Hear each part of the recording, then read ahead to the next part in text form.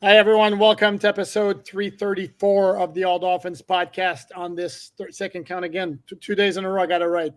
On this Thursday, August 15th, 2024, the first day for public schools in Miami-Dade County.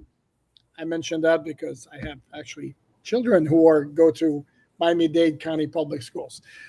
But more importantly, as it relates to the All Dolphins podcast, today was the one joint practice against or with, however you want to call it, the Washington Commanders. And once again, Chris Perkins from the South Florida Sun Sentinel is here to join me. Obviously, is here to break it down with me. Perk, how are you? I'm good, man. Last day for fans to attend training camp, and hello, school zones. That is true. And for the beat writers, it's only 3 more days until training camp is over. And I like training camp because of what we see, but I don't like the heat. Actually, nobody wants to hear that. And today was another scorcher, by the way, but such is life in the big city. Lots to discuss involving a lot of goings on around the NFL and around the AFC East. Which I discussed and addressed in a column on Miami Dolphins on SI at si.com/NFL/Dolphins. Sir Perkins wrote about Teron Armstead's thoughts on the offensive line, and I will give you a chance to discuss that a little bit. He wrote that for sunsentinel.com, and I encourage you guys to check out my story and check out Perk's story as well, all the time, not just right now. But for now, let's start. I guess we should start with what we saw at practice. Unlike last week where we clashed at one point, we both watched the same thing. Today, I was focused on the Dolphin defense versus the Washington offense, whereas you were on the other side. So therefore, we can go back to our idea of trading thoughts. So I guess my first question to you, Mr. Perkins, would be your biggest takeaway of the Dolphins offense against the Washington defense today. Wow. They didn't do a whole lot of things well. And, I said if this was a game, I guess Washington probably would have edged the Dolphins like 24-20. It was a closely contested Dolphins offense against Washington defense. I thought on the interior offensive line for the Dolphins, pass protection was shaky. Run blocking was pretty good. We saw from Washington, Daron Payne and Jonathan Allen applying some pressure to Tua on the play that it was obvious the most. I believe it was Payne and Allen that were flushed Tua out of the pocket. Tua scrambled to his left. He threw it into the end zone for Tyreek, but Tyreek was covered fairly well. The throw was high because Tua couldn't set himself, and so the ball glances harmlessly off Tyreek's hands. And that's kind of how the passing offense went for this red zone 11-on-11 against Washington. Was that the play? I did a radio interview with my buddy up in Washington today. Actually, it was on the All Dolphins podcast last year for Behind Enemy Lines. Chris Rooster Russell. Was that the play where Tyreek was covered by the rookie Mike Sainristil? Probably. I didn't notice who was covering him, but he was fairly well covered, and that's probably the only time that Tyreek was fairly well covered all training camp. Okay, and that's, by the way, I'm going to do the heart thing here if I can do it with the laptop, and it's not doing it on the Mac. And yeah, there we go. There we go. Doing it. That dude, as I've said many times, was one of my man crushes coming into the draft, and Washington got him. Okay, my biggest takeaway from Dolphin defense versus Washington offense. Damn, Judon Daniels looks good. Yeah. And I know that's not a Dolphins take, but that's what I noticed. And it started off with a red zone drill where the ball usually, it's anywhere between the 15-yard line and the 4-yard line, 5-yard line. And I want to say that first Washington unit had maybe 12 snaps, 13 snaps, and there were 5 touchdown passes by Judon Daniels. And it wasn't necessarily that guys were wide open. There were a lot of really sharp throws. There was a sidearm throw.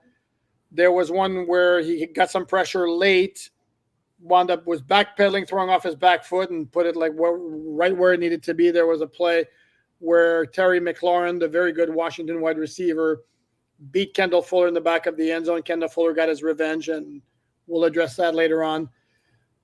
And then there was another throw to Jamison Crowder, who's a very good slot receiver in front of rookie safety Pat McMorris. But the dude looked completely legit. That was the biggest takeaway.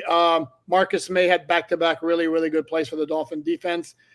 Should mention the Washington first-team offense. I don't know if they were missing anybody. I know they had, again, Terry McLaurin, who's their number one wide receiver. Trying to think who else they had, but I believe they had most of the guys. They had Austin Eckler. They had Brian Robinson. And the Dolphin defense was operating without Jalen Ramsey, without Javon Holland, without Jordan Poyer.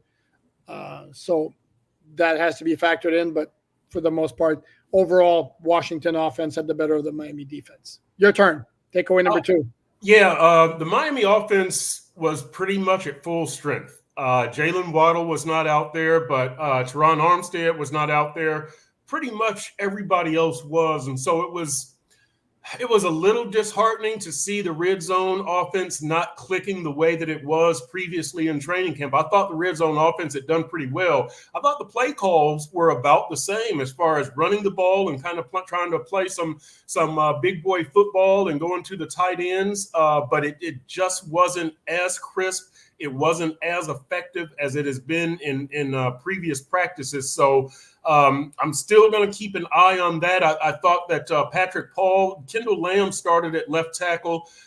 When Patrick Paul came in as a backup, he did a very nice job. So I'm growing with my confidence in him, and I'm actually wondering at this stage, is he the backup left tackle with Kendall Lamb being the backup right tackle? I will note Kendall Lamb much prefers to play on the left side, but we'll see what happens.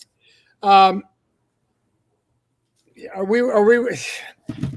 This is not the first time I've heard this notion that Patrick Paul may be the number 2 left tackle. I'm certainly not ready to go there personally, and I think, again, this is where it's preseason.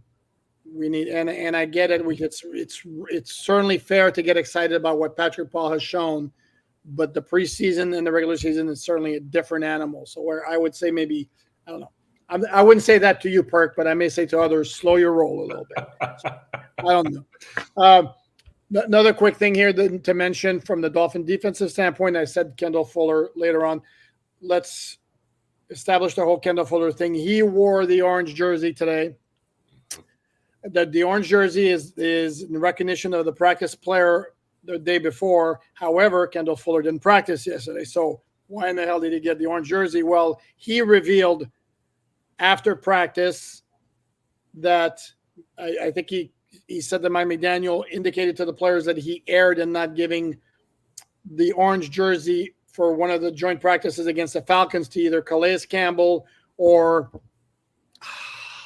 another player on the team who used to play for Atlanta. And yes, I wouldn't. Who was the other one? I'll have to look at the transcript real quick. Yeah.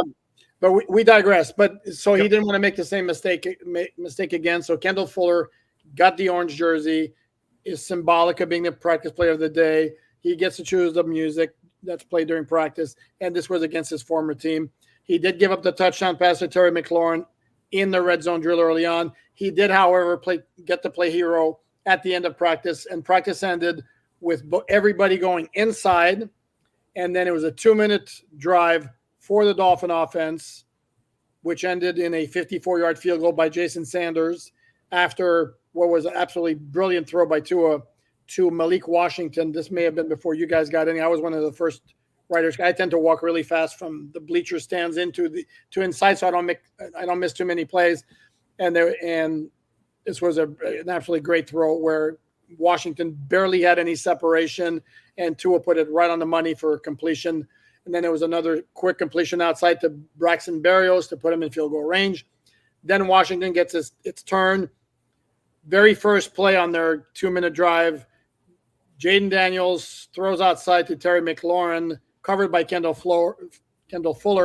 Oopsie, McLaurin slips, falls, and the ball goes right to Kendall Fuller, right in his arms. Big celebration, partly because I guess technically that gave the Dolphins the win inside, also because it was Fuller against his former team, which is obviously very cool. So it's a nice way to end the joint practice. Yeah, it was. Poop, I thought that Terry McLaurin would have caught that pass if he didn't slip. It was a good throw. And let's give credit to Kendall Fuller for being aware, because a lot of times players are coming up intent on making the hit, and the ball bounces right off their face mask. So big ups to Kendall Fuller for having the awareness to be ready to make that catch. But it wasn't a bad throw by Jadon Daniels. Terry McLaurin just happened to slip, but who cares? You got to keep your feet. And so Kendall Fuller makes the play. Let me say this also, Poop, that I'm worried about the Dolphins' backups in the secondary and at wide receiver. If the primary guys stay healthy, and we know that in the secondary, that's Jalen Ramsey, and I'm talking about the cornerbacks, Jalen Ramsey and Kendall Fuller and Kader Kohou in the slot. And then offensively, I'm talking about Tyreek Hill, Jalen Waddle, and OBJ in the slot, who we haven't seen. If any of those six gets injured, I don't have a whole lot of faith in the people behind them. And now Braxton Berrios in the slot, I'll cut him some slack because he's a veteran. But boy, I've got to see more from these others. And we do still have 2.5, 3 weeks. So it's not panic time, but it's time to kind of take note of the situation. Yeah. And again, I don't know that it's necessarily that unusual for there to be a major drop off once you go past the top three at a position, as a position group like that. And Dolphins are in that boat as well. I do want to say something now. Again, players who stood out to me, they're not a whole lot. I mean, Chop Robinson had one rep where he did a good job, again, holding the edge. Other than that, he wasn't terribly noticeable. Quentin Bell, who's a guy who, I know we talked about him in the media room, where he was the big story of training camp early on. Hasn't done much since the joint practices with the Falcons started. And by the way, the second guy that McDaniel referenced says maybe he should have gotten the orange jersey, along with Calais Campbell, was Jonnu Smith. That's it. So, but outside of that, I mean, Duke Riley had a big play, caused an interception. It was a throw to a tight end down the middle of the field that should have been a completion. The intended target didn't make a clean catch. Riley knocked it out of his hands. It popped up into the arms of Marcus May. That was the first of 2 interceptions for the Dolphins. The second one, of course, being Kendall Fuller. Kader Kohou was very active and had a good day in a lot of ways, but not so much in coverage as with pressure, with run support. Did a lot of good things in that area.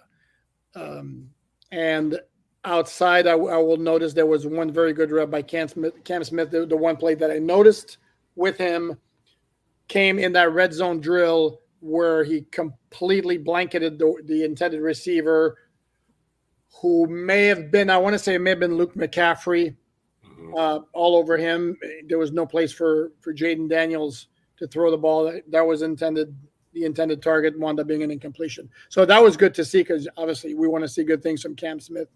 But outside of that, there were a couple of plays where Washington got a lot of movement at the line of scrimmage up the middle, creating big holes, including one in the red zone drill where Austin Eckler carried the ball and basically had a really nice gap opening. So I'm like you. If I had to score it, Washington offense or Miami defense, I think I'd give Washington offense a little bit of an edge. Yeah. I don't know what you're looking for in practices on a regular basis. 2 of the things that I've been looking for are this physical, aggressive play and this attitude from the Dolphins. And I know you say you always look for this as much on offense as on defense, and maybe more on offense. I didn't see a whole lot of evidence of it today. But that doesn't mean that it's gone away. I do like the way that it's been trending in training camp. I think it's an improvement. They're not there yet.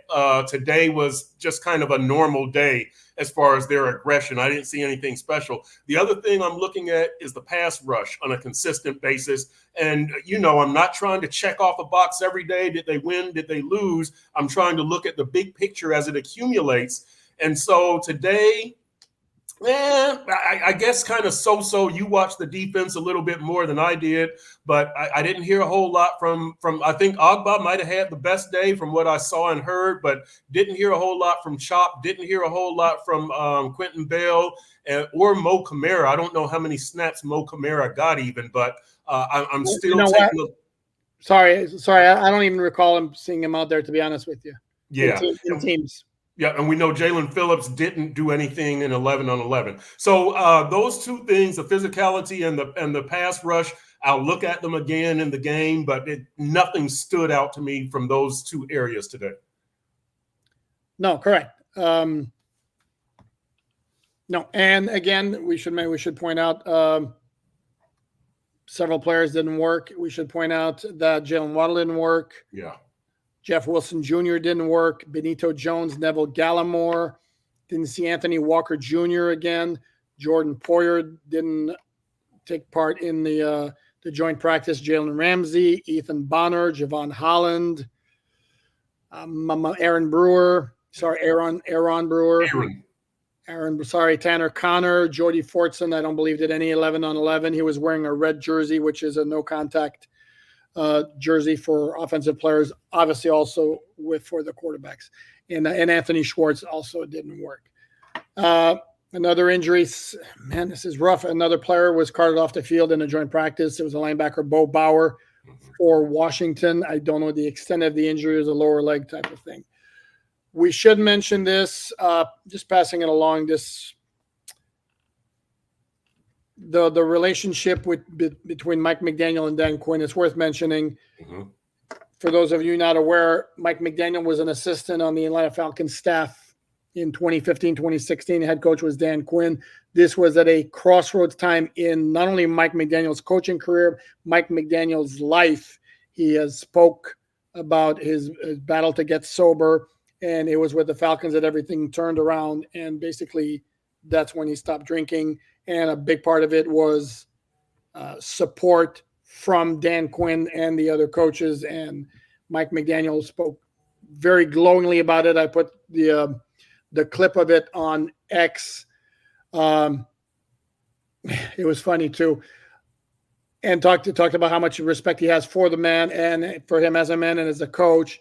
And then before that, Dan Quinn had said, "I love Mike McDaniel" in his press conference outside. Our good buddy Adam Beasley tweeted it, and when our other good buddy David Furones mentioned it to Mike McDaniel, McDaniel's reply in typical Mike McDaniel fashion, "Well, tell him I love him more." So it was good stuff. It's a very good, cool story. You know, the relationship between the two, and Dan Quinn had nothing but great things to say about McDaniel. If you heard his comments pre-practice. Yeah, you pull from Mike McDaniel, and you appreciate him sharing, because that's a very personal thing, and we're asking questions about it, and I'm not sure that he likes revealing too much about it, but he's always courteous. He's always professional, and he finds something to share and something to give us so that we can write a story. But my hat is off to Mike McDaniel, because I'm not sure how many times I would like recapping that. You know, it's a crossroads in your life. It's kind of a failure in your life. You got up and you made something of it. And it's great that he acknowledges Dan Quinn and talks about it. But my hat is off to Mike McDaniel again. I'm not sure how many times I would like to recount something like that publicly. No, and then the other part too that needs to be mentioned is obviously everybody saw something special in Mike McDaniel at the time, you know, to like want to invest the time to help this guy out. And obviously we saw where that has led. So, you know, hats off to everybody who took part in helping Mike McDaniel, you know, clear that obstacle, and obviously starting with Mike McDaniel himself. By the way, did you know this? Fun fact. Dan Quinn is a former Miami Dolphins assistant coach. I did know that. And we were talking today, somebody should have asked Dan Quinn what he thinks about this facility versus the last Dolphins facility he was in Davie. And we probably would have gotten a pretty good answer from him. That's very good. Dan Quinn was the defensive line coach in 2005 and 2006 under one Nick Saban. How about that? Okay. Let me look at. I got plenty of notes here. A lot of other things going on. Okay, we mentioned Twitter. You know where I'm going. You know where I'm going. In relation to the comments from Dan Quinn, there were some comments made last night, Wednesday night, that were not quite so flattering, and they involved Odell Beckham Jr. and they involved Will Fuller. Basically, there was somebody out there whose name I don't remember. I don't necessarily want to glorify or anything like that. But basically, the suggestion was that Odell Beckham Jr. is just in Miami to collect a paycheck, retire in the sunshine, and kind of be a Will Fuller 2.0. And Odell Beckham didn't particularly care for those comments. Not surprisingly, right? Not surprisingly. I'm always kind of mixed on how I feel about players replying to stuff like that. Surely you don't have to sit there and take it and let people just take cheap shots at you. On the other hand, you don't want to be like Kevin Durant and responding to Denver Nuggets fans like after you win the gold medal. I mean, it's so you've got to find this happy medium. And I do think that OBJ has found it. It's always interesting when players choose to respond and you wonder why right now, why to this particular comment, but OBJ did. And then we saw him out there today, like very visibly running around and doing rehab. Maybe it's a coincidence. I don't know, but that was the chain of events. He replies to somebody who accuses him of basically being here only for the money. And then today, after like a 1 week absence of physically going hard publicly in his rehab, he reappears today, physically going hard publicly in his rehab. I agree with you, and don't call me Shirley. Because you started your comment with Shirley, you don't want to do it. Anyway, okay, I digress. But here's the important distinction that needs to be made for Dolphin fans, especially those who were around in 2021. Hopefully, if you're watching the All Dolphins podcast, you were around. If you remember, or maybe you don't know, Will Fuller came to the Dolphins with a reputation as, how shall I put this, maybe not being the player most in love with the game of football. Mm-hmm. Is that a polite way of putting it? That is. And I've never heard that of Odell Beckham Jr. So there's a big distinction between the two of them. So I don't necessarily think it's fair to say. And the truth is, we don't know exactly what's going on with him. And this is where, again, we talk about this issue of the Dolphins not disclosing injuries. And again, per league rules, they don't have to do anything until the start of the regular season. That first Wednesday, they have to put out an injury report that includes body part and practice participation. In the preseason, if they wanted to, they could tell us he's not practicing and say nothing else. So, and certain teams choose to be more transparent and will provide body part, sometimes extent of the injury. Mike McDaniel at times will provide more details than others. With Odell Beckham Jr., we still don't know what body part is involved. And I think it's going to remain that way. I don't know if that's Mike McDaniel's preference or Odell's preference. It might be a combination of both. Mike McDaniel is very respectful of players in that regard. He's respectful of players in every regard, but particularly not putting their business out in the street. And so, we'll find out what September 4th, I believe, is the first injury report ahead of the September 8th opener against Jacksonville. So we probably won't find out any detail until then. And we won't find out any details then either if he winds up on reserve PUP. Yes, which true. Would be very disappointing. But, and again, for those final, judgments in terms of availability for the start of the regular season, when it comes to the four pup guys who are Odell Beckham Jr., Isaiah Wynn, Cameron Good, and Bradley Chubb, will have to be made August 27th, which is when teams have to get down to 53. And the Dolphins, with those guys, either move them to the active roster or put them on the active roster, move them to reserve PUP, which knocks them out for the first 4 games of the regular season. And they don't count against the 53, or release them. And obviously I don't think that's going to happen with any of those guys. But we'll see what happens there. Speaking of PUP guys, I asked Mike McDaniel on Thursday morning for an update on Bradley Chubb. And it's basically progressing well, no setbacks, no timetable. So I'm still, again, just reading the tea leaves. He's one I would like Beckham. For me, I would be disappointed if he started the season on PUP. With Chubb, I would be not necessarily shocked. Let's take the next step with Chubb. The Aaron Wilson report. Aaron Wilson, a very reputable NFL reporter, I believe KPRC in Houston, but he was a really good print reporter Now he works for a TV station. You guys know that New England traded their outside linebacker Matthew Judon to Atlanta. Aaron Wilson reported that Chicago and the Dolphins were also involved in those trade talks, vying for Matthew Judon, who I believe had 12 and a half sacks 2 years ago, 15 and a half 3 years ago, and missed a lot of last year with a torn biceps. Am I right? I might be confusing injuries. He had 4 sacks in 4 games last year. Okay. Poop.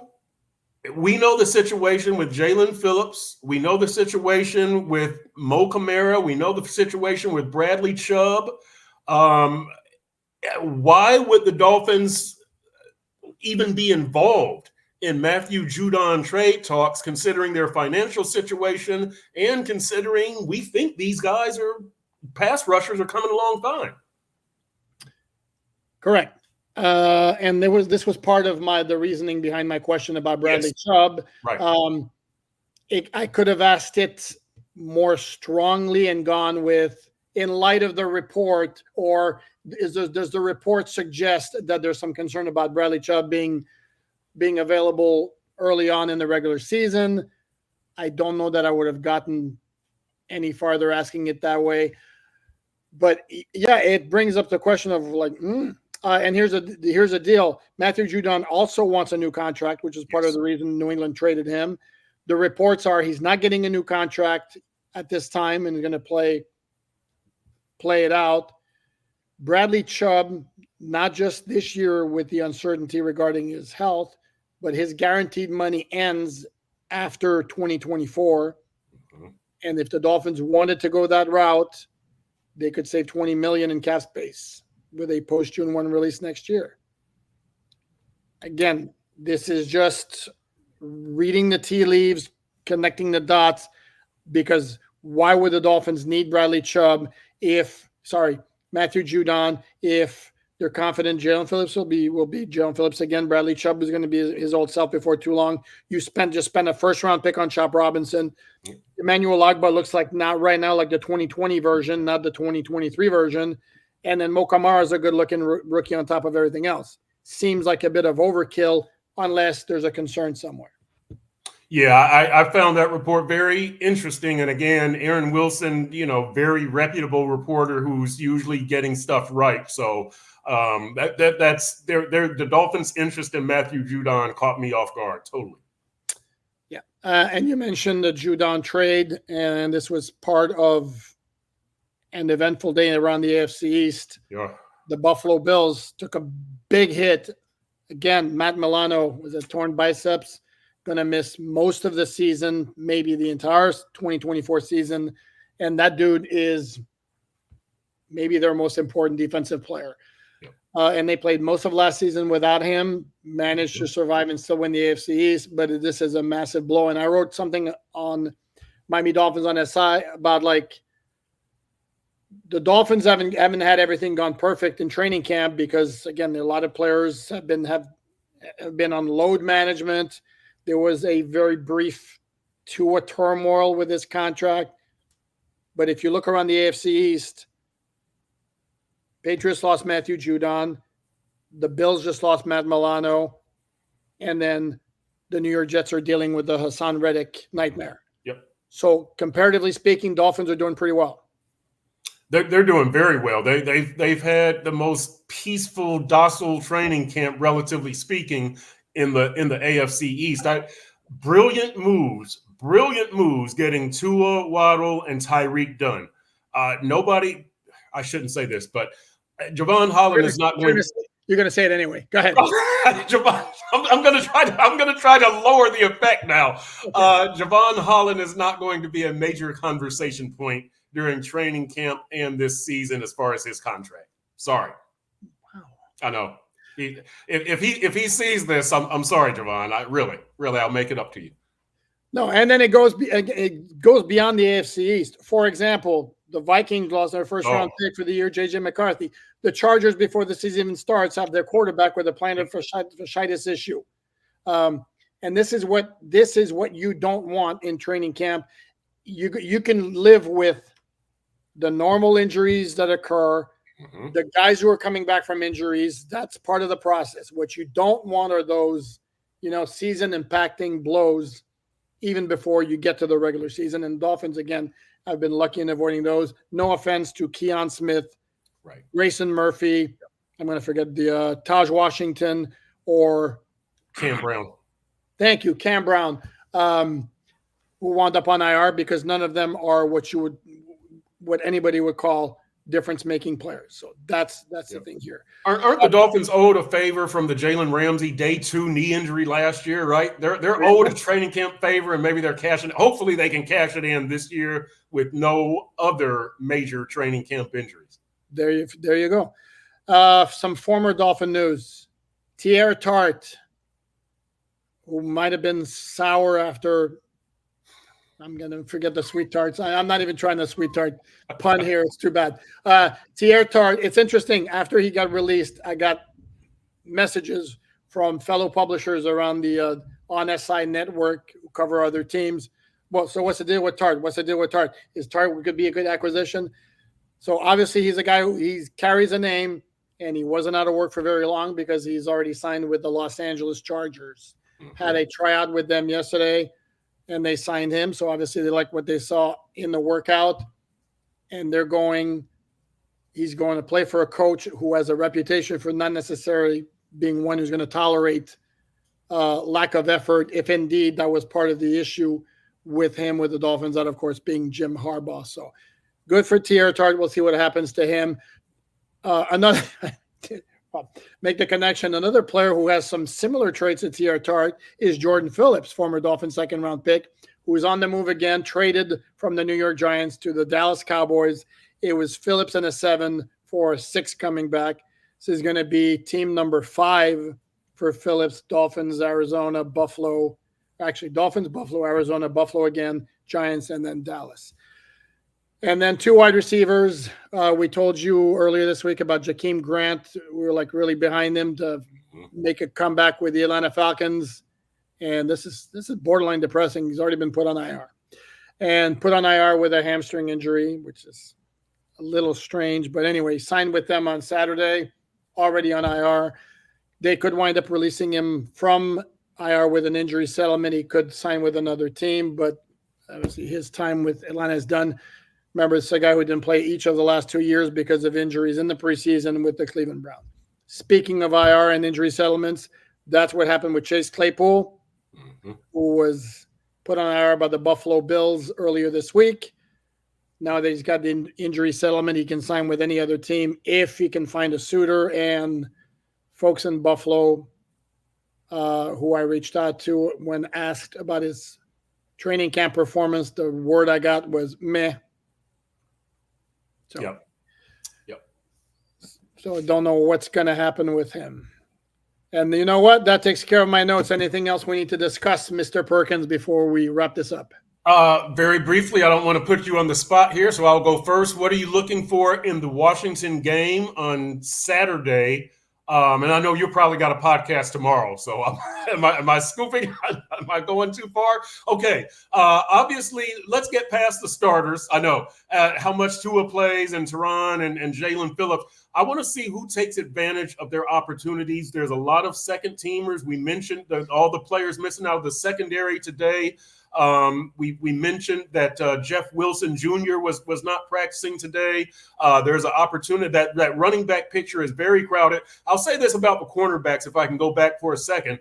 None of the backups has necessarily consistently stood out. I'm talking about Saran Neal, Storm Duck, Ethan Bonner, Isaiah Johnson, Jason Maitre, might be leaving somebody out. They've all had their moments, but to me, they're all fairly even right now. So let's see who does something tomorrow. Savon Ahmed is in a tough position. He's caught up in the numbers game. Jody Fortson probably won't play, but if they keep 4 tight ends, he's okay. Otherwise, he could be caught up in the numbers game. And then the 2 quarterbacks, as Mike McDaniel said, this is not you go in and get 20 snaps, you go in and get 20 snaps. It's kind of how they feel. What Mike White said I'm going to look for how do the players respond? How does the quarterback do at keeping everybody calm? Kind of a game management thing. Can you keep all these youngsters, their head in place, and the guys who are stressing about making the 53, can you get these guys focused on doing the job at hand and not worrying about their personal battles? What Perk said.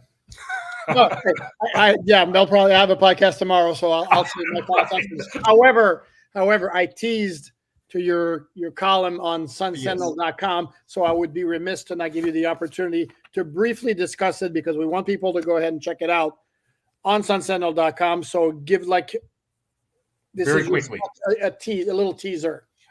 Very quickly, Teron Armstead spoke today. I trust Teron Armstead implicitly. Teron said that this offensive line is going to be a weapon this year. I don't believe that. I do believe that this offensive line is going to be good enough.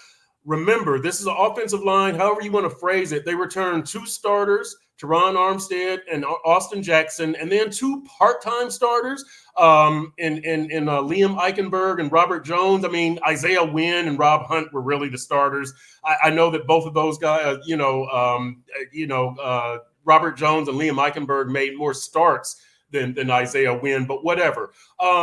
Look, this is an offensive line that allowed 31 sacks last year, tied for 4th fewest, and blocked well enough for this running game to be 6th best in the NFL at 135.7 yards.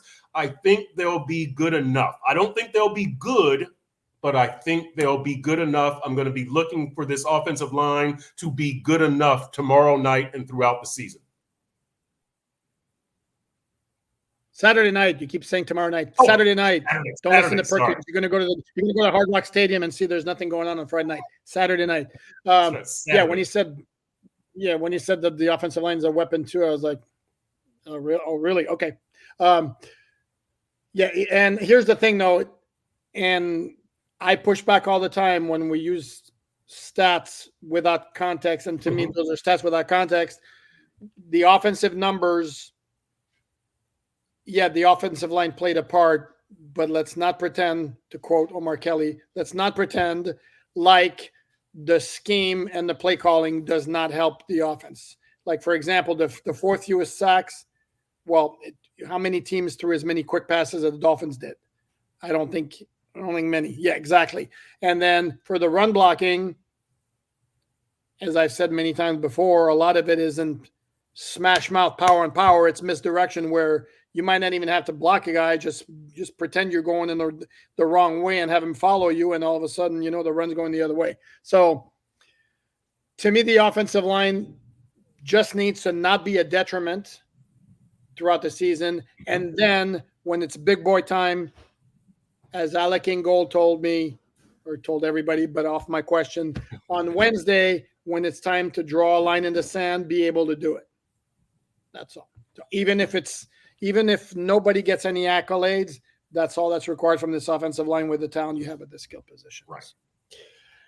That's going to do it for this episode 334. We didn't do a history lesson again. I haven't had time. This is training camp is nonstop, by the way. There's literally 9 stories on the website right now on Miami Dolphins on SI. So not like I'm twiddling my thumbs, even though I do like twiddling my thumbs, but that's not what I'm doing right now.